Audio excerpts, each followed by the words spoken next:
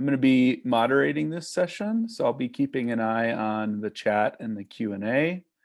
I'm going to try to keep on top of that and address any questions that I have. Otherwise, we'll have, or any questions that I can answer. Otherwise, we'll have a period of question and answer, I think, towards the end of the presentation to address any lingering questions. I'm really pleased to introduce James Wigington from the University of Victoria.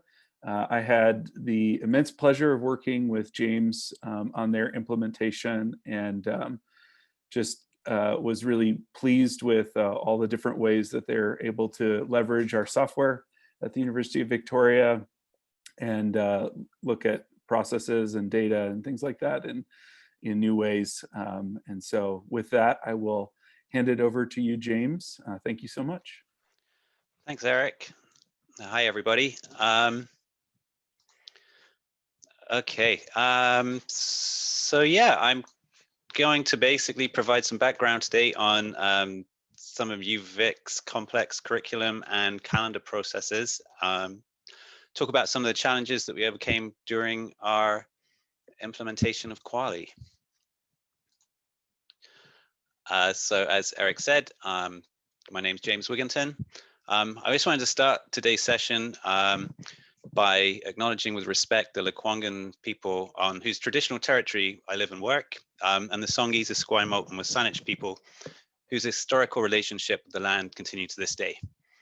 So a bit about me. I've worked in undergraduate records at the University of Victoria for 5 years. During that time, I got to know the calendar really well, or the catalog really well. In 2017, I became the manager of curriculum and calendar.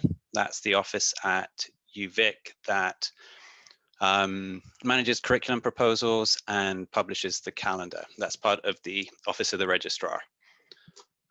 One of the first tasks I had in that role was helping to select a vendor for curriculum management software and catalog publication to replace our previous process, which was very manual, relied heavily on emailing PDFs back and forth.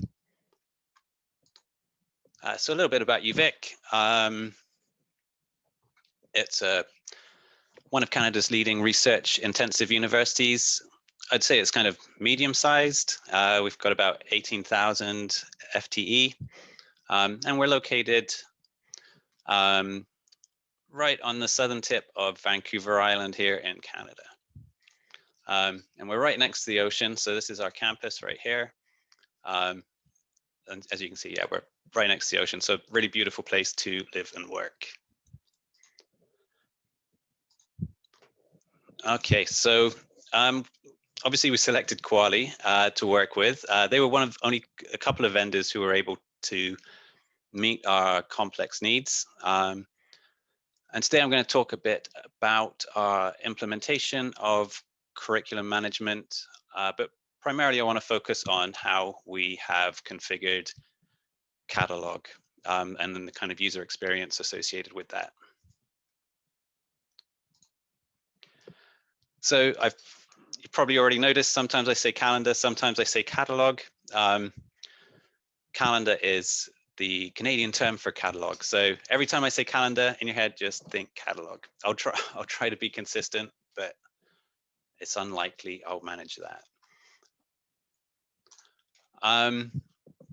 So yeah, hopefully it's going to get more fun. And by fun, I mean complex.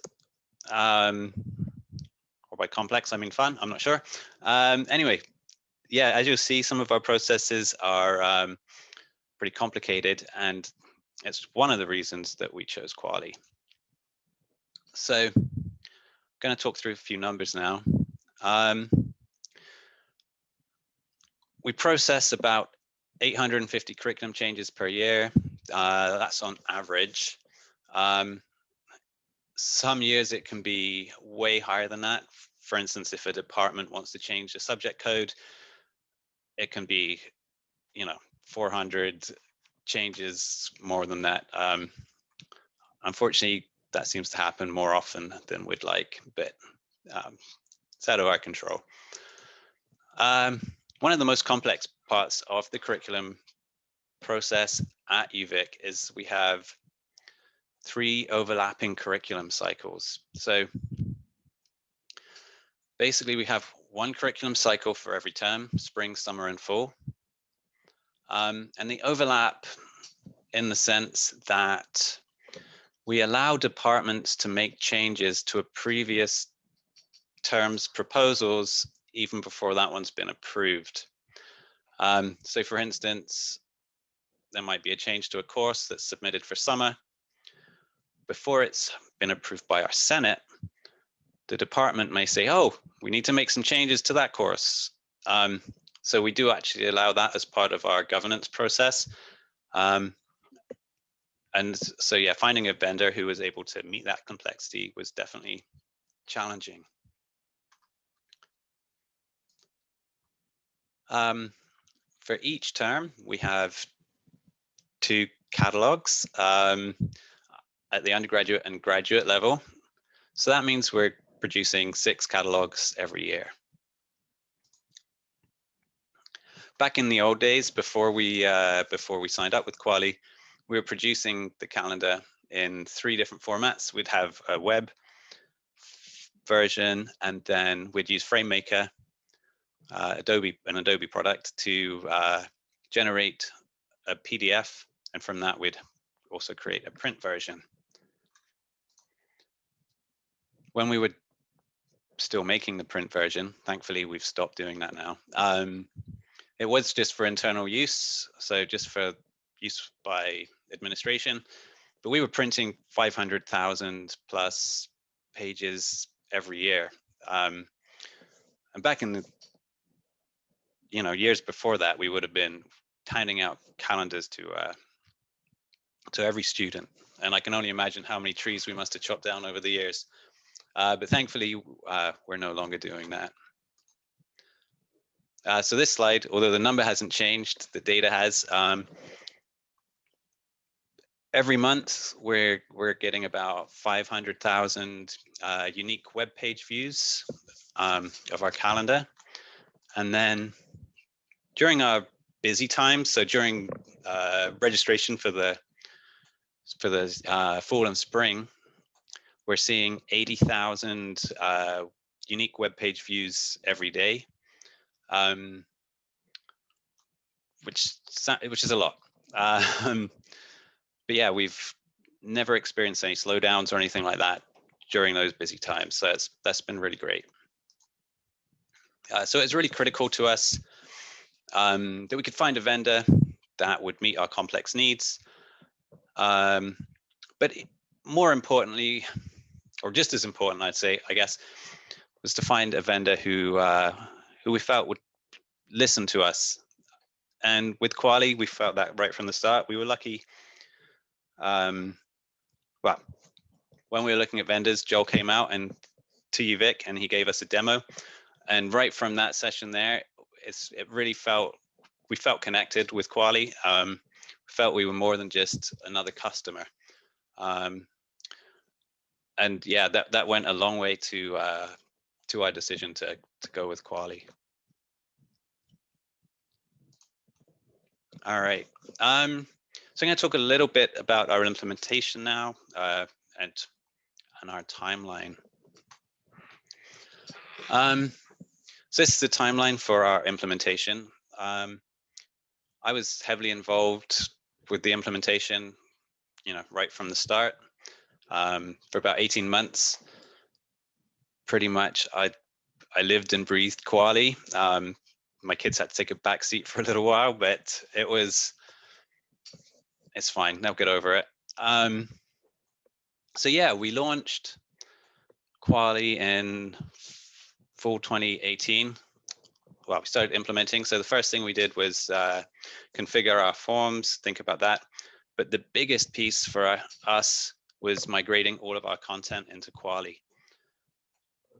We were lucky that our course data was in a pretty structured format, so that was pretty straightforward to move it into a new system. But our programs they were totally unstructured. So they were just, basically free-form text. There was no consistency from program to program, even in the same department. So yeah, it took a lot of heavy lifting, a lot of work to take that and put the move the content into the raw gadgets that are part of one of the gadgets available within Kuali. And the reason we were so determined to use that is because we really wanted to make use of those dependencies, of dependency reports. So for those of you who don't know, dependency report basically displays the relationship, say, between a course and a program, or a course and another course. So we were really keen to take advantage of that. That was something that was very manual and very difficult with our old curriculum process. So we got programs migrated pretty much by the end of summer 2019, just in time for us to launch curriculum management in early fall 2019 for the departments and faculties to start making changes to all this data that we just migrated. Yeah, it went actually remarkably smoothly. Obviously, we had to do lots of training, but it went really well. We were able to use curriculum management for our first Senate curriculum meeting in December 2019. And then in spring 2020, we published all of that content for the first time using Catalog. So yeah, that was published on February 15th. So I'm going to focus now for the next part of the talk really on how we configured the calendar.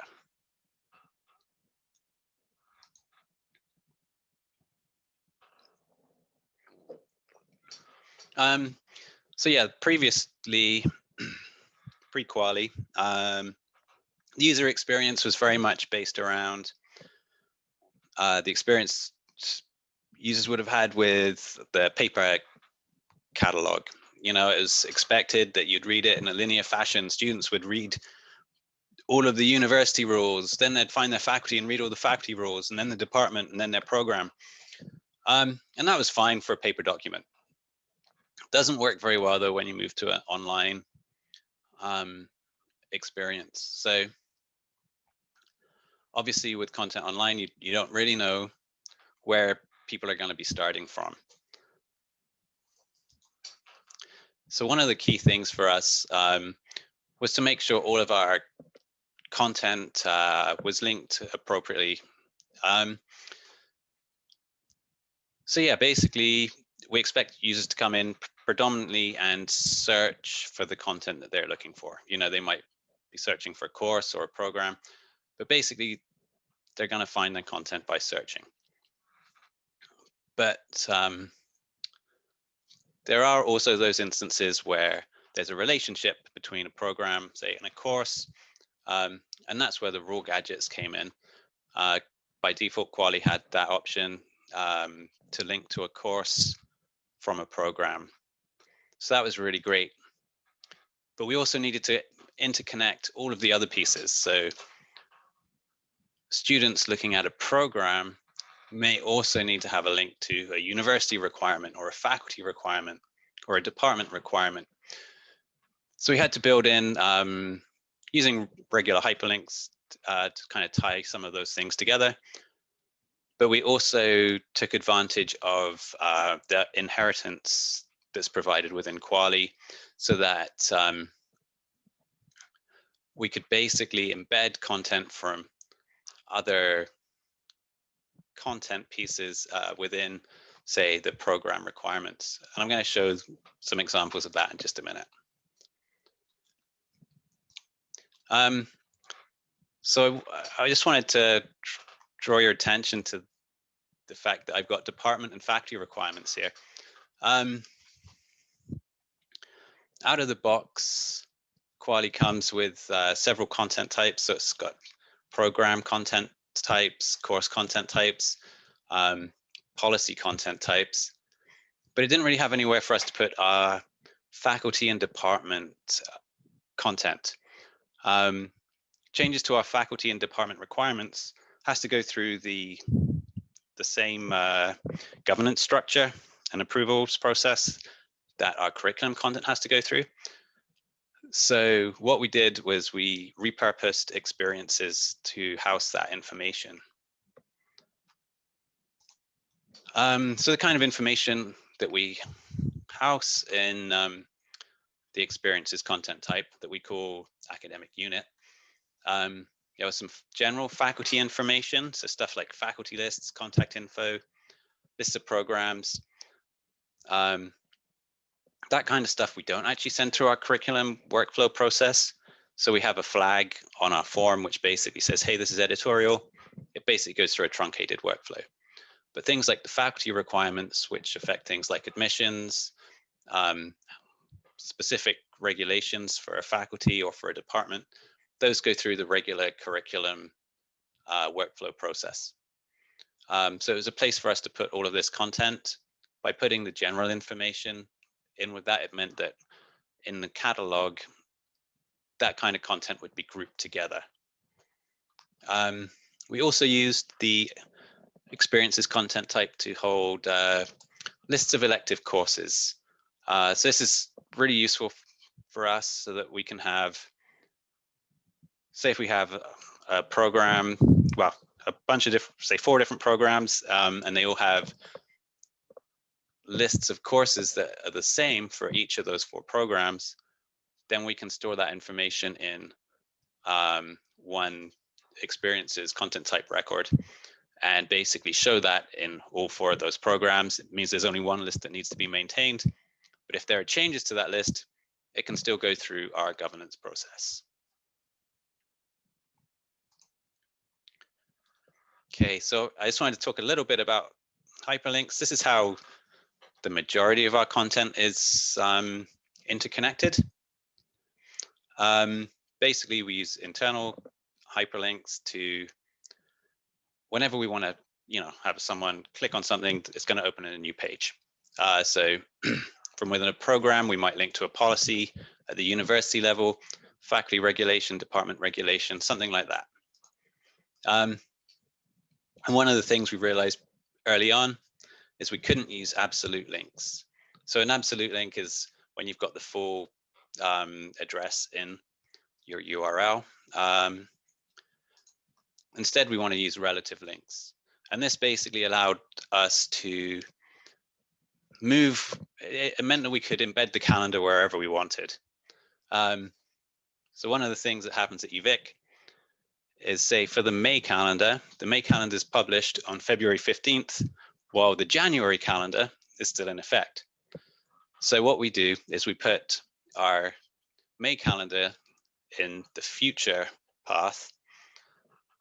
Then come May 1st, when that calendar comes into effect, we actually move that into our main calendar URL.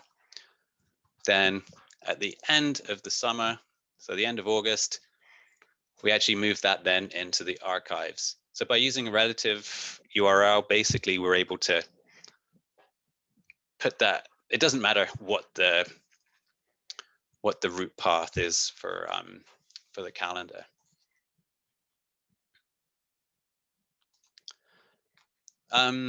Yeah, the other option is for us to inherit content. And we use this to inherit course lists, department requirements, anything that we want to display on the same page as a program. And I'm going to show you some examples of that in just a sec. So if you want to check out our calendar, you can go have a look, uvic.ca/calendar. I'd love to hear any feedback, or yeah, let me know what you think. So this is what our calendar looks like. It pretty much had to follow some of the styling and stuff that we already had on our site. So it's all based within our CMS. At UVic, we use Cascade. So we have some content here, which is stored in our CMS. And then we have an undergraduate and graduate calendar, and that's pulling from CM, well, and produced by Catalog. So yeah, this here is our the embedded catalog piece. And within that, we've got catalog content items. So those are single pages that are stored within catalog.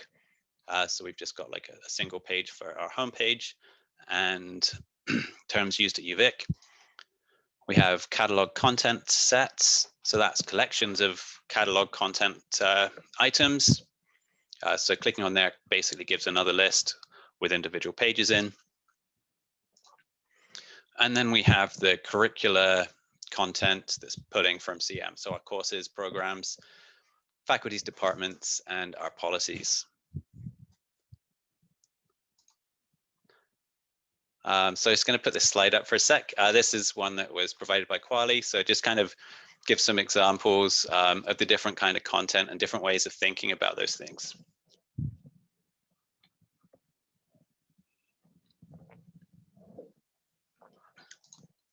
Okay, so now I'm going to actually show you some real life examples. I think hopefully that will help make sense of some of this.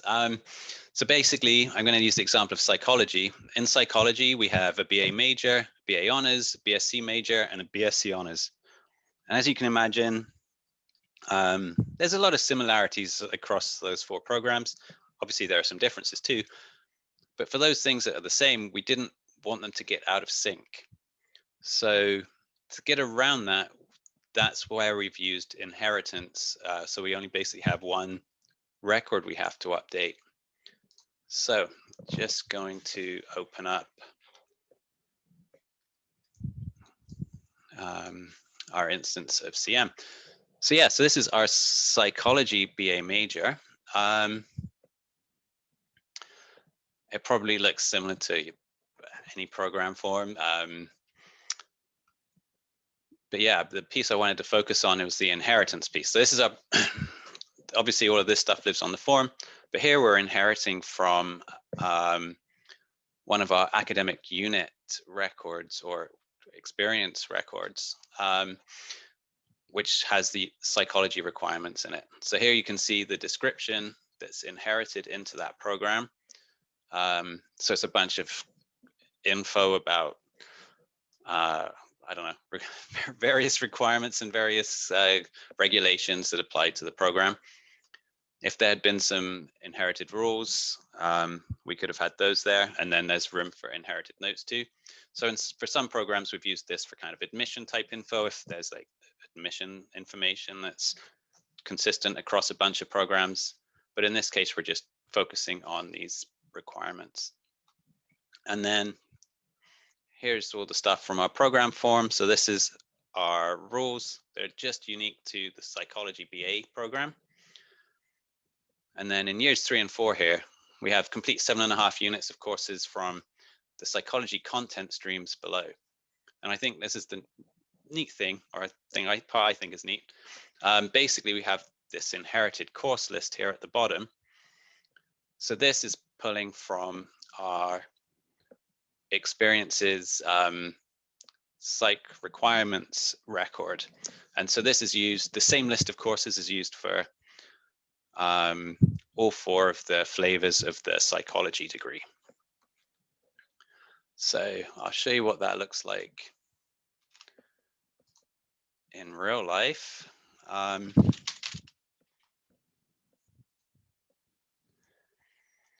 So yeah, this is our psychology major.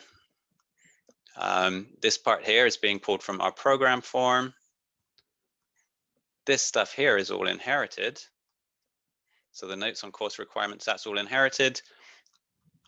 And then we've got our program requirements that are specific just to the BA.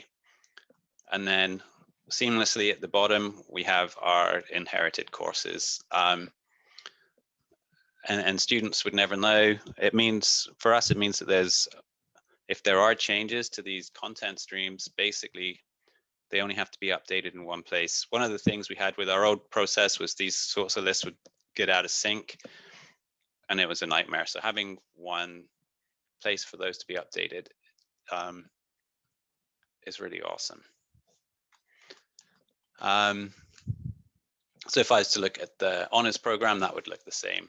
And then I was just going to quickly show, basically you can see some of that information here. So I've gone basically to our experiences content type, and I can go here to psychology requirements. So I can also see them here, but in this part of catalog, we don't show those course lists because they wouldn't make sense because it'd be out of context. So here we just have the requirements as a standalone piece. I was also going to quickly show here that we have other psychology pieces that we're not inheriting because we can only inherit from one record, but we also have records for general information for psychology and co-op requirements. Okay, how am I doing for time? Got just a few minutes left. All right, well, I should probably stop talking then. So yeah, in summary, basically, yeah, we were really happy that we chose Kuali. Their software has been flexible and it's allowed us to produce a calendar that met all of our needs. Yeah, it's provided a much better user experience for both faculty and staff that are making curriculum changes and for the students that are using the end product. Okay, so yeah, if there are any questions, I'd be happy to answer them. I would just say if you do have any questions or you want to learn more about our UVic implementation, I'd be happy to answer them. Just get in touch with me via Socio or whatever. I'd be more than happy to share what we've learned. Thanks, James. That was awesome. Yeah, thanks so much. Excellent. Thank you, James. Thanks everyone for attending. Have a good rest of your day. Bye-bye.